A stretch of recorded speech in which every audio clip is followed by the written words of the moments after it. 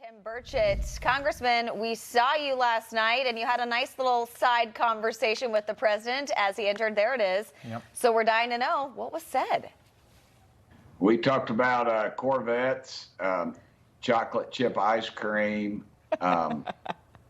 He asked for my wife's phone number, and I forget what else. Oh, yeah, he told me about how fast electric Corvettes go, and in reality, they don't go that fast. But the gang behind me there, Matt Gaetz and Boebert and some of those other, they asked me if they thought I could take up more of the president's time than I did last year, and I believe I did a pretty good job of it. Would you say that you and the president are best friends or just close friends?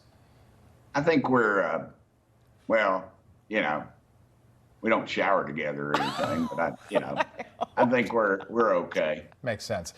Seriously, you made an effort to get over there. He walked into the room, you know, Mr. Speaker, the President of the United States, and then I look and I'm like, there's Tim Burchett and Joe Biden having an extended conversation, 85% of which was Tim Burchett. What were you saying to him? I told you, man, we were talking about Corvettes. Electric Corvettes. Electric. Well, he came back with the electric Corvettes, but that's my seat. You know, we sit there, I call that center's row.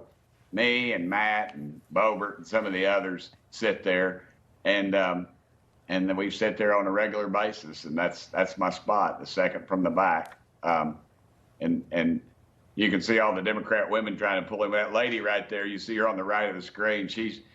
She got after me last year for talking to the president. Steve Scalise sent me a great picture of it. We were in baseball this morning, and Schumer, he got a kick out of it too. So, you know, I mean, everybody knows the guy's not cognizant. He doesn't have, his cognizant level is declining greatly. What did you make overall of the speech last night? We just had Senator Marshall on. He said it seemed very angry.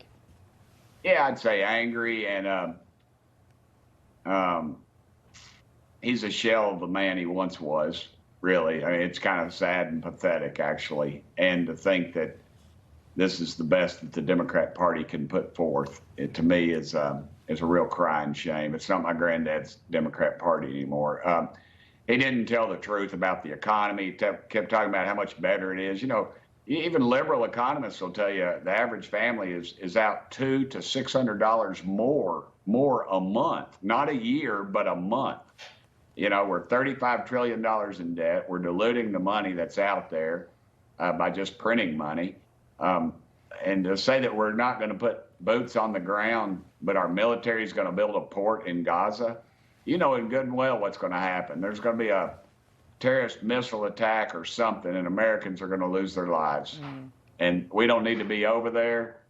Let Israel handle their war. It's not our war. And again, this is another instance where we're going to be funding both sides of the war. You know, he couldn't say that poor little girl's name. Gosh, just a lot of things. The border situation is a nightmare. 10 million people in 3 years, plus you add the 100,000 children that are being sold into God knows what horrible life they're in. And you know, and then he tried to explain it, what he was doing to fix it, and it was just an empty. It just went off into nowhere, and it just stopped. I told somebody, one of the news stations last night, I said, you know, it's like that episode of The Simpsons where Granddad gets out of the nursing home and starts yelling at the clouds. I mean, that's sort of what I felt like, and you got Kamala back there. That's just. That's a whole nother sitcom. Congressman, and we've got to go, but I mean this seriously. Did Joe Biden know who you were? And I ask that with all due respect. Seriously, did he know who you were?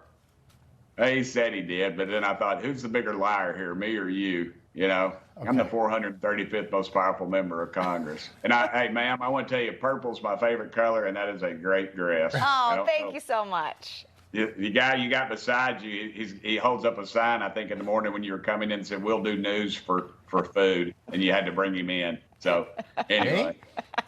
Oh, no, I'm sorry, somebody else. Okay, I was looking over here. We got a whole group of people over here. Congressman, great to have you on. As always, have a good weekend. Look forward to having you back soon. Hey, thank y'all for putting the truth out there. You all the best. Love you guys. You got it, Congressman. Thank you.